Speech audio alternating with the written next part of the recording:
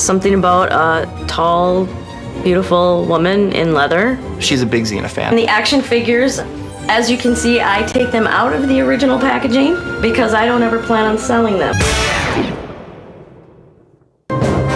XENA was a strong woman.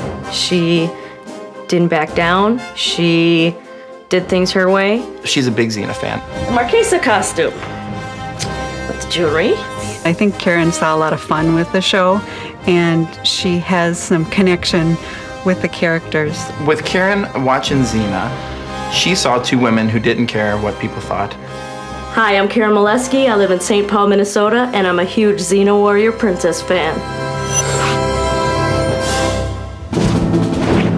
XENA Warrior Princess first aired in 1997.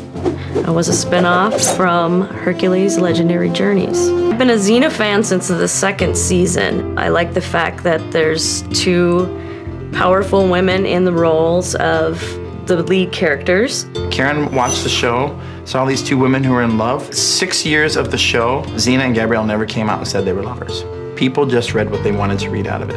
I was what they call a closeted XENA fan. I was afraid that people might think I was a lesbian. The first thing I want to do, since we're all pretty familiar with each other, is introduce the newer people. Being part of the Xenoversity, I never would have been a part of them if it wasn't for the show. At our meetings, we always have a question of the month, and this one in particular was the hardest thing you've overcome. I decided to get up in front of the group and say, the hardest thing I've overcome is accepting my sexuality, and I'm a lesbian. And the room got very quiet, and then people clapped, and then somebody from the group said, I always thought you were. And then I got a lot of hugs. We had already accepted her for her. And when we found out she was gay, absolutely Zippo changed. I think I was in denial. I can look back and say that I knew when I was probably second grade.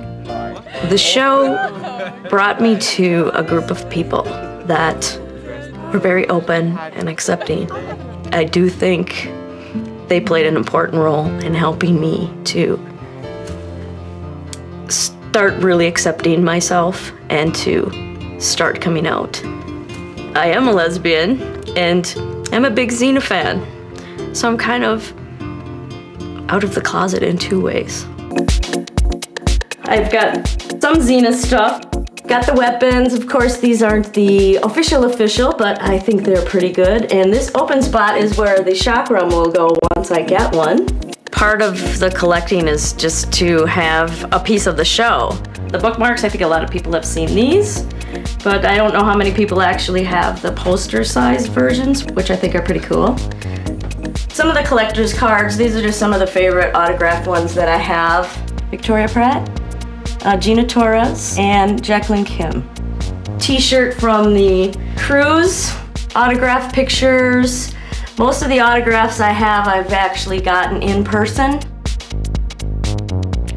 These are miniature size from posters that I did. We sold them for the Xenoversity as a fundraiser for our group. Those of you who are out there who bought one of those, thanks.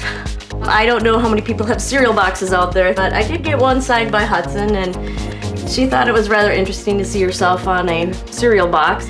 And here we have some sand from Bethel's Beach in New Zealand. That's where they filmed the chariot scenes and a lot of the beach scenes. Of course, we have the cards, and I was rather fortunate to get this one. I won't say what the cost was on this one, but I got it for a pretty good deal. This is a personal piece. Lucy was part of a fundraiser, and I actually brought my camcorder, and she had no problems filming, so I took still frames out, and one of my friends put these together for us.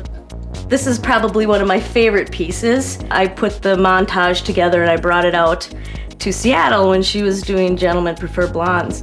The things I like best are actually